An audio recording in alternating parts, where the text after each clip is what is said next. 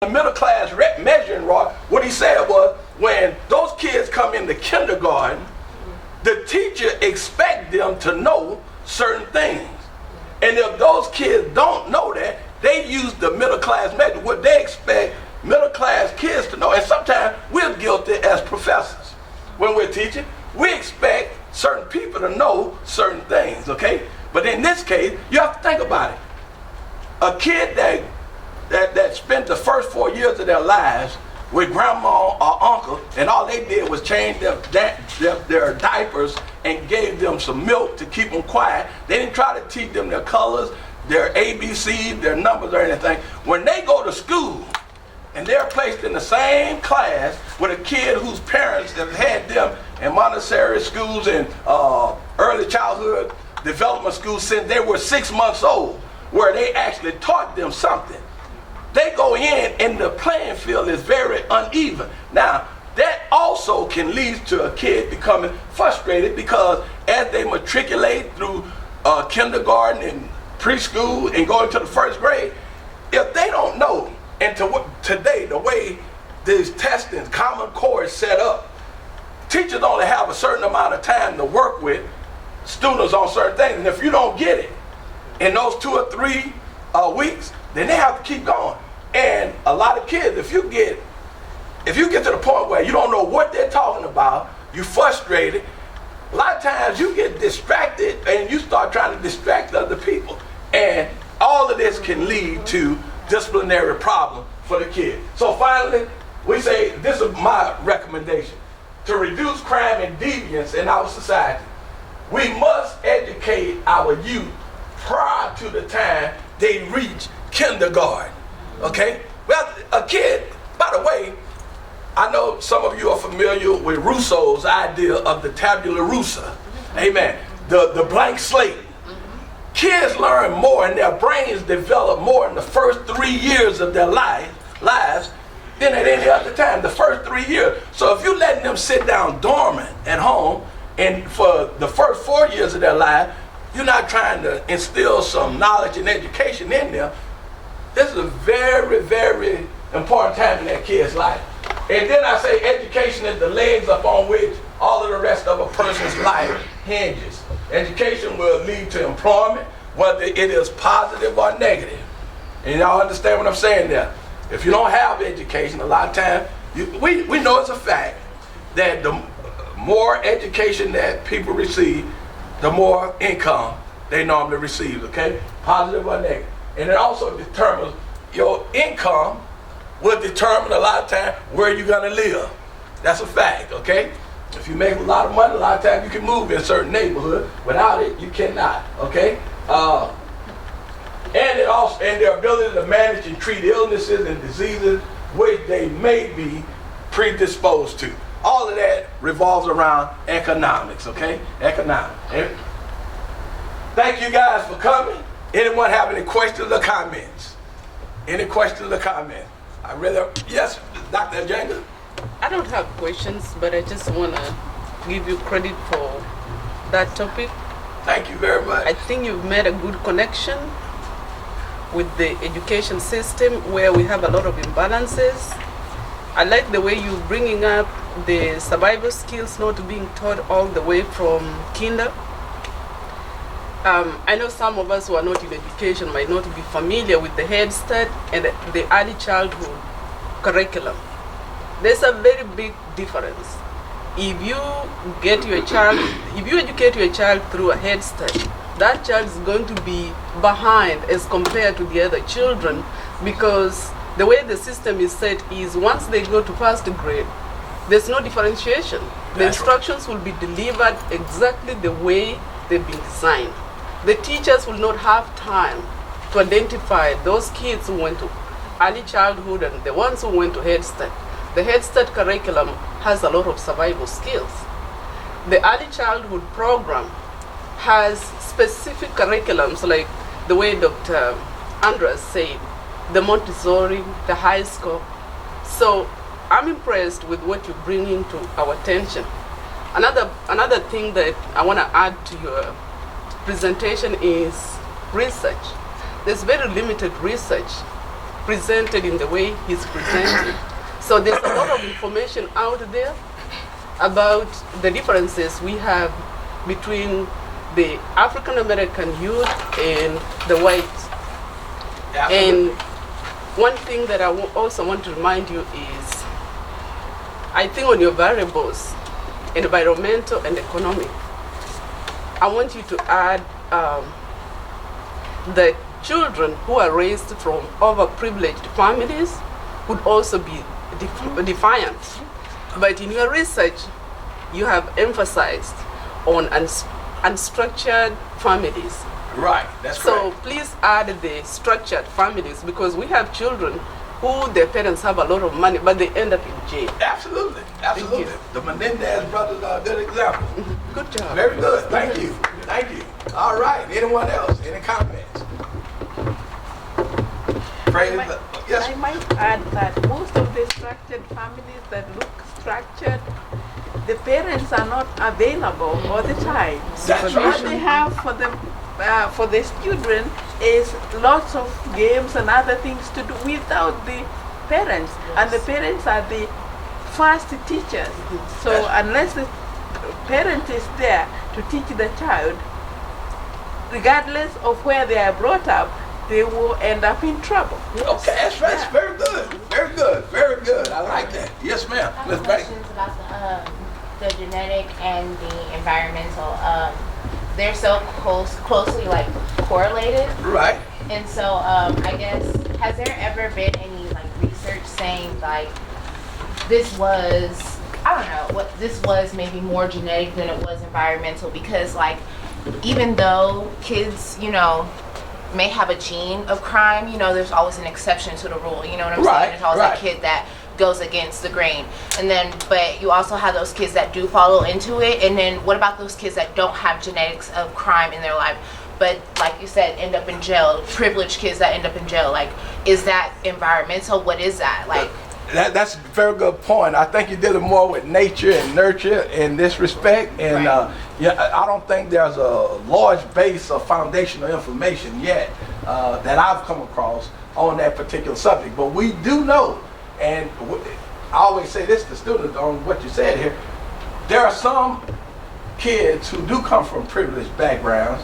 I mean, money, and no one in their family has ever been in trouble, and they get in trouble. Right. And on the opposite side, you have people who come from families where everyone has been in jail or prison, and then you have one person in that family that never get in trouble a day of their life.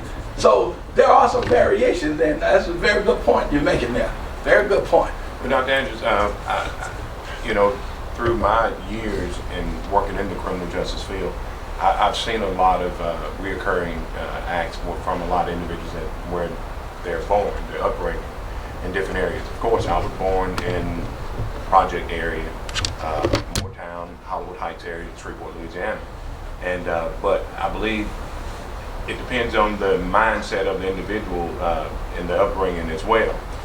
Just as we discussed yesterday, That's correct. my mother didn't have the opportunity to sit and every day tell us, help us with homework. It was her and 4 kids that she raised. I wasn't raised with my father, but you use a lot of young individuals use that as a scapegoat. You know, well, I was Right. raised by dad or whatever, so this is why they, you know, are lashing out. So, but that theory can be proved wrong. Certain theories can be proven wrong because it depends on the drive of the individual on how they want to make it in society. They don't want to live like their parents live. They want to live better than their parents That's right. live. And all parents should want their child to progress a lot better than what they've progressed in life if they were raised in poverty, like I was. And it's just seeing what my mother went through and crying a lot of nights gave me that drive that I didn't want to live like she lived. And my mother still is alive at this day, 76 years old. I love her to death, and she's so proud of what I've become and how I've progressed. And so I believe it depends on the individual and their drive on how Absolutely. they want to get out of where they are. And I believe it can happen, but they got to want it. You have some individual mindsets, because I talk to young people all the time coming through the jail system, and the first thing is, oh man, I'm in the hood, I was born in the hood, you know, this is all I know. You know, but that's not correct. That's not true, but that's what they believe. Uh-huh. You know, so the person believe it. So Yeah. you know that would be the way So they would go. You know, but I just believe that theoretically that it's different thoughts for everybody. You know, Absolutely. It's always different scientific reasons for certain things. Very good. Thank you, Marshall. Appreciate it. Someone else had their hand up. Mr. Hadley. Well, my question was about the exceptions that you were talking about for Tam's example. Do you think some of those behaviors come from social learning? There is a theory that actually says that. Social learning theory. And dealing with differential association is one of them. I know that many of you have heard the energy that says birds of the same feather flock together. Sometimes it is social learning, you know, and sometimes it's peer pressure. People see other people do things, and in order for them to feel inclusive and be a part of the group, then they take on those certain types of behaviors. So I do believe in learning, the social learning theory aspect also. Well, individuals can be labeled as well by hanging with that certain type of group. That's right. And doesn't mean that they're really, you know, as bad as these individuals are, but they hang with these individuals, so they're just like individuals that's sagging, and you know, they want to stereotype all of us. Right. You know, if we're sagging, or we're gangbangers, or you know, crazy or whatever. You know, and so I believe it's some good within the crowds that individual hang, you know, but that's just the individual that they like associating themselves with. We do make generalizations across the board a lot of times. If you're hanging with them, Yeah, that's right. I have a question for him. Do you feel like I'm not gonna categorize them and call them good or bad, just the better person who was raised better, do you feel like that person wants to fit in just because that's just his or her environment? Like, so they're trying to become a product of their environment. Something what they aren't. I have a son that way. My job as a parent was to raise my son so he wouldn't live like I live. And so I wanted to give them the better. So are we hurting our kids, or are we helping our kids by giving them everything? well, I know exactly where you're at on So that. it makes you, you know, it's a debate that's been ongoing for a long time. And my son's been in and out of jail, and I've raised him to the best of my ability. I had custody of him since he was 4 years old.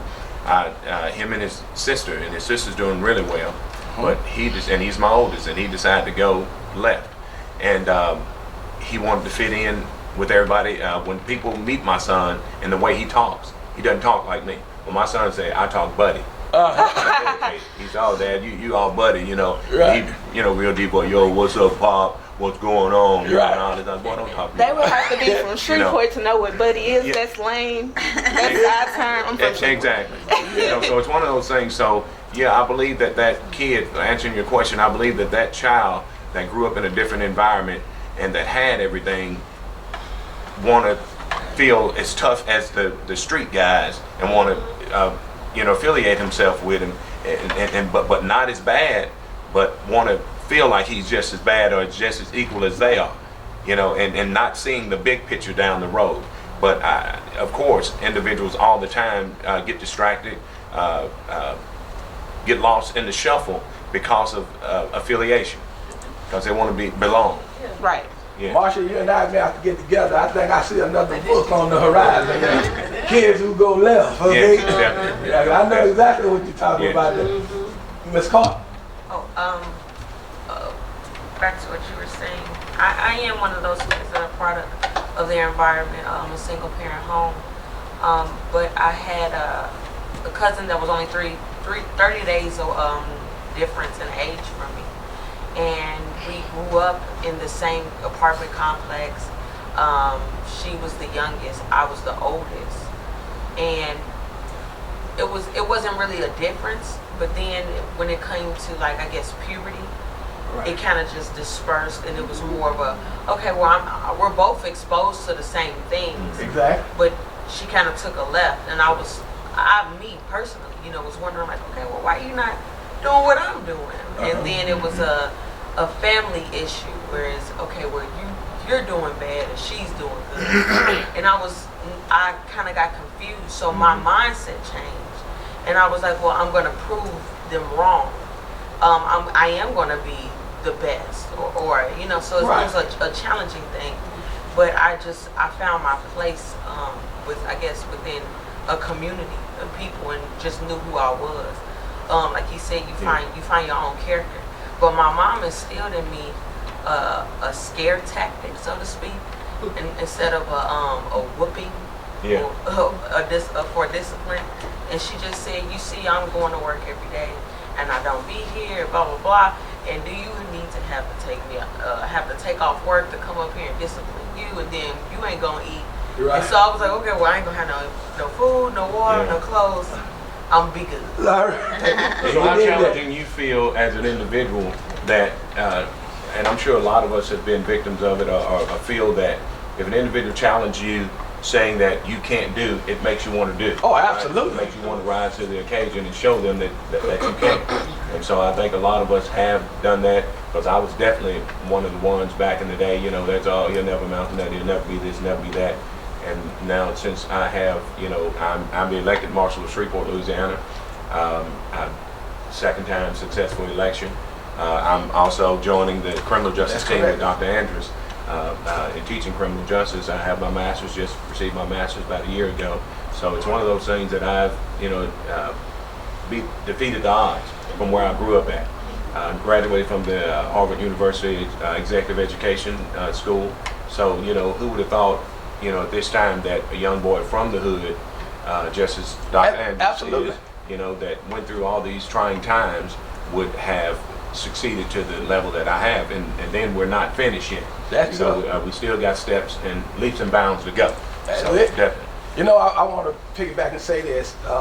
In my book, which I'm going to give you guys a great discount on today, the ones that's left anyway, $5 for any one of those books. There's 4 of them, 4 different books. But in my book, one of the greatest motivators for me, when I was coming out of the penitentiary, I was sentenced to 57 years in the penitentiary. I did 3 years and was discharged after doing 3 because they gave me 7-year sentences and ran them all concurrent. My students know what concurrent is and what consecutive. Y'all know what that means. Okay? But one of the things that really inspired me, when I was coming out of prison, one of the men there said to me, he said, and he was a guard, he said, Tracy Andrus, he said, we're going to reserve this bed right here for you because you know too much, you're too smart, and you're going to go out there, and I guarantee you're going to be right back. And I'll never forget that. It's in my book. When he told me that just to me made me feel like, I'll be back. But not, and I have been not back. In that capacity. That's right, but not in the capacity. I go back to speak to the inmates now. Wow. Now, this is what God will do for you when you let Him have His way in your life. But that was a great motivator for me. I was determined not to go back as 241, 247 back in the penitentiary after God has given me this opportunity. Okay, we'll take our final 2 questions, and I know that it's about that time. Okay, with the introduction of this, with this theory, are you seeking just to raise awareness to this issue, or is this going to go full-blown scholastic? We're going full-blown scholastic on that one. As a matter of fact, we've already filed with the Merriam-Webster group to actually coin this term, and it has been used enough at different conferences to where your word has to be used so many times before it's considered. My term here is being considered. So now we're going to just continue to develop enviroecogenetics along with the broke theory. Also, for those of you who are familiar with my writing, I also was the one who coined the term and came up with the broke theory. And the broke theory deals with just economics and poverty. But we're planning on developing these out. Okay? Dr. Ajinga. My question is tied to what he's asking. I wanted to find out where you're going with this research. Oh, I'm planning on, we call this foundational research right now because it's new.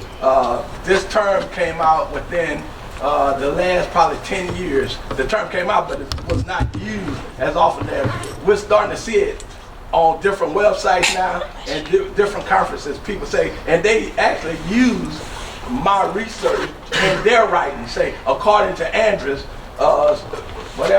2006, Enviroecogenetics, people commit crime because of thus and so. So the more people quote my research and do what they're doing, it gives us an opportunity to expand it. Now, we're actually going to start using quantitative methods to expand the research.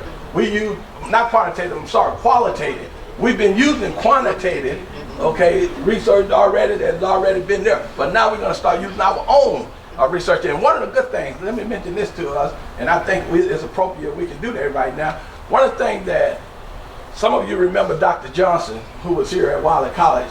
He and I, right now, we're working on an initiative with the Department of Education where we're actually going into the prison systems now, and they're finalizing this document right now here at Wiley College. We're actually going to be working with the prisoners, where the Department of Education is actually going to pay their tuition up to $3,800 for each person that want to pursue their associate's or their bachelor's degree. Right now, we hope to, not hope, it's in the plans right now for us to begin this initiative in August, which is the fall of this year. We're going to have 300 felons that are locked up right now actually enrolled into several of our programs here at Wiley. Our goal is within the next 3 years to have 1,800 folks enrolled in this program. The beauty of this program is the government is paying the money, $3,800 per semester for each one of them. They don't have to pay 1 penny of this money back. These are Pell Grants. And if they are released prior to them earning their diplomas, they can still enroll in, and that's the great thing. We have online classes. They can either come into Wiley or they can enroll online. And guys, I'm gonna tell you this, you'll be surprised of how intelligent many of these young men and women are.